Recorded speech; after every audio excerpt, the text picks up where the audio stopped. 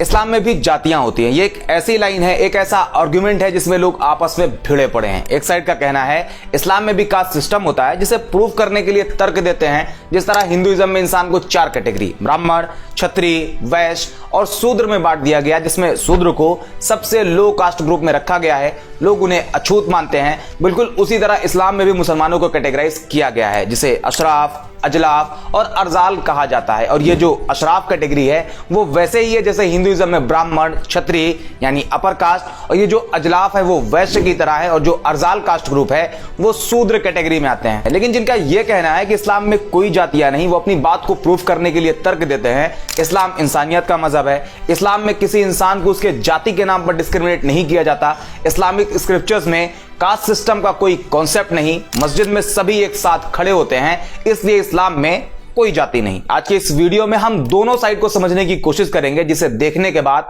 आप खुद इस कंक्लूजन पर पहुंच जाओगे कि इस्लाम में कास्ट सिस्टम है या फिर नहीं। वीडियो शुरू करने से पहले एक रिक्वेस्ट, अगर ये वीडियो आपको अच्छी लगती है तो हमें सब्सक्राइब करें, फॉलो करें। ये आपके लिए बिल्कुल फ्री है, आपका कोई पैसा नहीं लगेगा, लेकिन ये हमारे लिए काफी हेल्पफुल होगा। अब बढ़ते हैं अपने टॉपिक की तरफ। हम उस दौर में जी रहे हैं जहां कास्ट सिस्टम पूरी तरह से हावी है। कास्ट के नाम पर आज भी लोगों के साथ मारपीट की जाती है। लगभग हर इंसान कास्ट को अपने साथ चिपका के चल रहा, क्योंकि वही उसकी आइडेंटिटी है। एक इंसान दूसरे इंसान की कास्ट जानने में इतना इंटरेस्टेड होता है कि कोई डायरेक्ट पूछ लेता है कौन जात हो भाई, तो कोई इनडायरेक्टली उसकी जाति जानने की कोशिश करता है। सिद्धार्थ नाम है वो हम समझ गए, लेकिन पूरा नाम बताइए भाई। प्रधान जी, मेरा सर्टिफिकेट में भी केवल सिद्धार्थ ही है। सर्टिफिकेट में सिद्धार्थ? अरे भाई, अच्छा चलिए पिताजी का नाम बताइए। मनोरंजन। अरे भाई देखिए, मनोरंजन गुप्ता प्रधान जी। गुप्ता, तो गुप्ता जी हैं आप। कास्ट को लेकर हम इतने सीरियस हैं कि अब इस्लाम में भी जातियों की बात होने लगी। पॉइंट नोट कर लें, इस्लाम में जातियों की बात होने लगी। आज के इस वीडियो में हम इस्लामिक कास्ट सिस्टम को 2 नजरिए से देखेंगे। पहला इस्लाम में कास्ट सिस्टम के बारे में, और दूसरा मुसलमानों में कास्ट सिस्टम के बारे में। पहले बात करेंगे इस्लाम में कास्ट सिस्टम की, और यह समझने की कोशिश करेंगे कि इस्लामिक स्क्रिप्चर्स में कास्ट को लेकर क्या कहा गया है। और हम अपनी बात शुरू करेंगे डॉक्टर अल्लामा इकबाल की एक पोएट्री से। एक ही सफ में खड़े हो गए महमूद अयाज, ना कोई बंदा रहा ना कोई बंदा नवाज। इस 2 लाइन में अल्लामा इकबाल ने बहुत कुछ समझा दिया। बादशाह महमूद और उनका एक गुलाम था जिसका नाम था अयाज। आमतौर पर बादशाह और गुलाम एक बराबर नहीं हो सकते, उनमें फर्क है। तभी एक किंग है तो दूसरा स्लेव, लेकिन दोनों में एक चीज कॉमन है, इस्लाम। दोनों इस्लाम को फॉलो करते हैं। एंड जब वो नमाज के लिए खड़े होते तो उस पर्टिकुलर टाइम में ना कोई बादशाह होता और ना कोई गुलाम। उस पर्टिकुलर टाइम में वो दोनों एक साथ एक बराबर खड़े होकर एक अल्लाह के सामने झुकते और उसकी इबादत करते, जिसपे इकबाल ने कहा है एक ही सफ में खड़े हो गए महमूद अयाज, ना कोई बंदा रहा ना कोई बंदा नवाज। लेकिन एक पोएट की बात पर हो सकता है कई लोग एग्री ना करें, क्योंकि जरूरी नहीं कि पोएट्री सही ही हो। लेकिन हम थोड़ा और में चलते हैं। कास्ट सिस्टम को लेकर कुरान में क्या कहा गया है, हदीस में कैसे कास्ट सिस्टम को डिस्क्राइब किया गया है, उसे समझते हैं। लेकिन उससे पहले आज का जो टाइम चल रहा आर्टिफिशियल इंटेलिजेंस वाला, उस पे देखते हैं कि आखिर उस इंटेलिजेंस को इस बारे में कितना पता है। चैट जीपीटी पे गए, उसे सवाल किया क्या इस्लाम में कोई कास्ट सिस्टम है। क्लियर कट जवाब आया नहीं।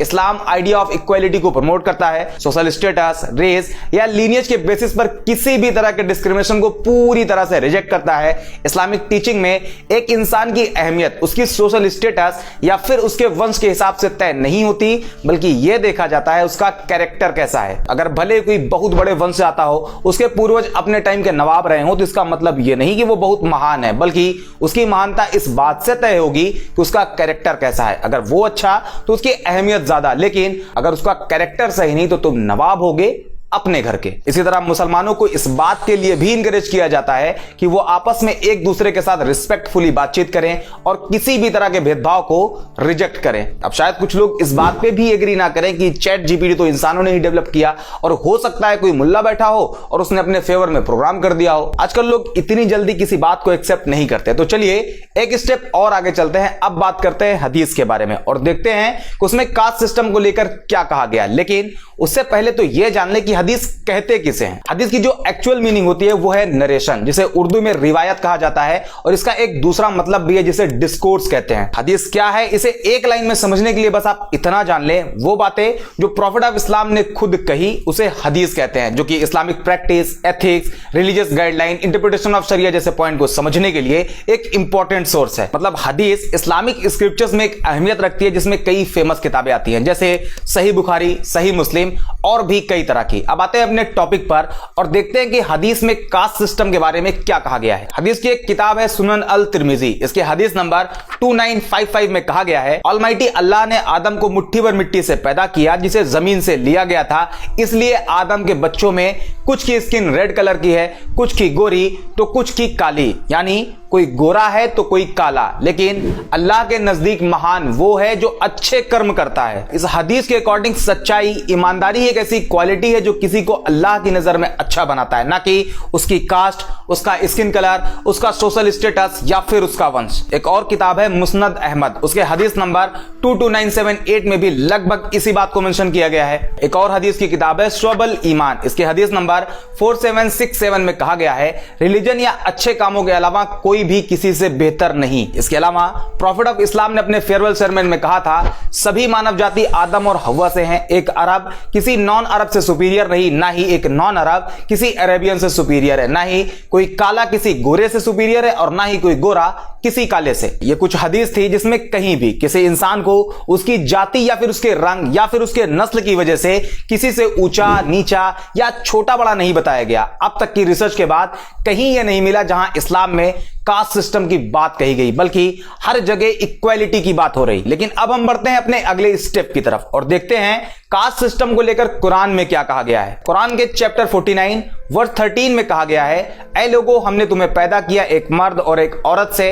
हमने तुम्हें अलग अलग कबीलों में बांट दिया ताकि तुम एक दूसरे को पहचान सको, यकीनन तुम में सबसे ज्यादा इज्जत वाला वो है जो सबसे ज्यादा अच्छा है। फिर से वही, कोई भी इंसान अपनी कास्ट या सोशल स्टेटस के बेसिस पर महान नहीं। ओवरऑल देखा जाए तो इस्लाम में कास्ट कैटेगरी जैसा कोई कॉन्सेप्ट नहीं। इस्लाम में सभी इंसान आपस में एक जैसे हैं, कोई ऊंचा नीचा नहीं, कोई भेदभाव नहीं। एक एग्जाम्पल भी देख लें, यह वीडियो है हज के टाइम की, जिसमें दिख रहे लोगों में कोई किसी देश का है तो कोई किसी देश का, कोई गोरा है तो कोई काला, कोई बहुत अमीर है तो कोई गरीब। लेकिन देख के आप ये नहीं बता सकते कि सोसाइटी में किसका स्टेटस ऊपर है, ये इम्पॉसिबल है, क्योंकि प्रैक्टिस सबकी सेम, ड्रेसिंग सबकी सेम। एक दूसरा एग्जाम्पल, यहां कुछ लोग नमाज पढ़ रहे हैं, इसमें भी कोई अमीर है तो कोई गरीब, कोई अच्छे कपड़े पहन के आया है तो किसी का कपड़ा फटा हुआ है। लेकिन अगर कोई गरीब किसी अमीर के बगल में खड़ा है तो उस अमीर इंसान के पास यह अथॉरिटी नहीं कि वो उसे हटा सके। इसके अलावा इसी नमाज में हजारों लोग शामिल हैं, सेम किसी का स्टेटस ऊपर होगा,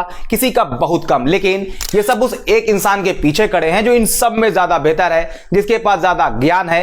यह मैटर नहीं करता कि सोसाइटी में उसका स्टेटस क्या है, वो काला है, वो गोरा है, वो अमीर है या फिर गरीब। कोई भी कितने ही बड़े वंश का क्यों ना हो, लेकिन उसे पीछे ही खड़ा होना पड़ेगा। और इसी पे डॉक्टर अल्लामा इकबाल ने कहा था, एक ही सफ में खड़े हो गए महमूद अयाज, ना कोई बंदा रहा ना कोई बंदा नवाज। अब तक जो आपने देखा, इससे एक चीज साफ हुई, इस्लाम में कोई कास्ट सिस्टम नहीं, कोई ऊंचा नीचा नहीं, कोई भेदभाव नहीं। लेकिन अब सवाल आता है कि जब इस्लाम में कास्ट सिस्टम नहीं तो मुसलमान आपस में बटे हुए क्यों हैं? कोई खान, कोई पठान, कोई शेख है तो कोई जुलाहा तो कोई सैयद। स्टेप वाइज देखें तो मुसलमानों को 3 ग्रुप में डिवाइड हुआ दिखाया जाता है, अशराफ, अजलाफ, अर्जाल। हिंदुइज्म में जैसे ब्राह्मण, क्षत्रिय, वैश्य और शूद्र होते हैं, वैसे ही अशराफ, अजलाफ और अर्जाल को देखा जाता है। प्रोफेसर इम्तियाज अहमद का कहना है, मुसलमानों भी कास्ट सिस्टम हिंदुओं की तरह ही काम करती है। मुसलमानों में अलग अलग जातियों के अलग अलग रीति रिवाज भी होते हैं। डॉक्टर तनवीर फजल कहते हैं, मुसलमानों में भी लोग अपनी जाति देखकर शादी करना पसंद करते हैं, जबकि वो ये भी कहते हैं कि मस्जिद में कास्ट सिस्टम लागू नहीं होती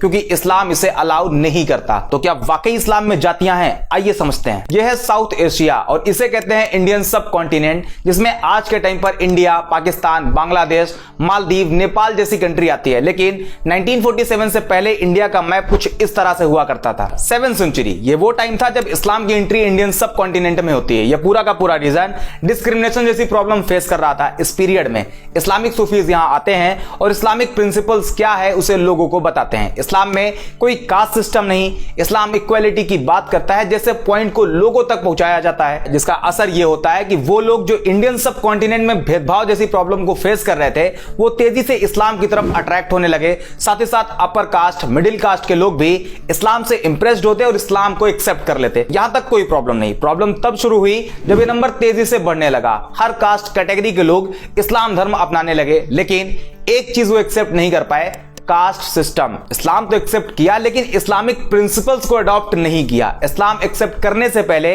वो जिस तरह कास्ट को ट्रीट करते थे एज इट इज इस्लाम एक्सेप्ट करने के बाद भी उसी तरह ट्रीट करते रहे। यहां तक कि जो प्रोफेसर इम्तियाज ने कहा मुसलमानों के रीति रिवाज भी उनकी जाति के हिसाब से अलग अलग हैं, वो इसी वजह से हैं। जो जिस कास्ट कैटेगरी से था उसने इस्लाम तो एक्सेप्ट किया लेकिन अपने उसी रीति रिवाज के साथ चलता रहा। शादी का एग्जाम्पल लेते हैं। इस्लाम में शादी का सिर्फ एक तरीका है, निकाह। निकाह हो गया, शादी हो गई। लेकिन अगर आप निकाह को छोड़कर बाकी रीति रिवाज को आप देखेंगे तो वो कास्ट बेसिस पर अलग अलग होंगे। किसी में कुछ होगा तो किसी में कुछ। इसी तरह साउथ एशियाई मुस्लिम में उनकी कब्रिस्तान भी कास्ट के नाम पर अलग अलग बनी हुई है। अपर कास्ट से इस्लाम में आए लोग अपनी ही कास्ट लेवल में शादी करना पसंद करते हैं, जबकि इस्लाम इस कास्ट सिस्टम को कंप्लीटली डिनाई करता है। लेकिन डे बाय डे ये प्रॉब्लम कॉम्प्लेक्स होती गई। जो लोग अपर कास्ट से इस्लाम में कन्वर्ट हुए, मैक्सिमम लोगों ने लोअर कास्ट से इस्लाम में आए लोगों को अपना भाई नहीं माना। अपर कास्ट से इस्लाम में आए मैक्सिमम लोगों ने इस्लाम के उस एंटी कास्ट सिस्टम को अडॉप्ट ही नहीं किया,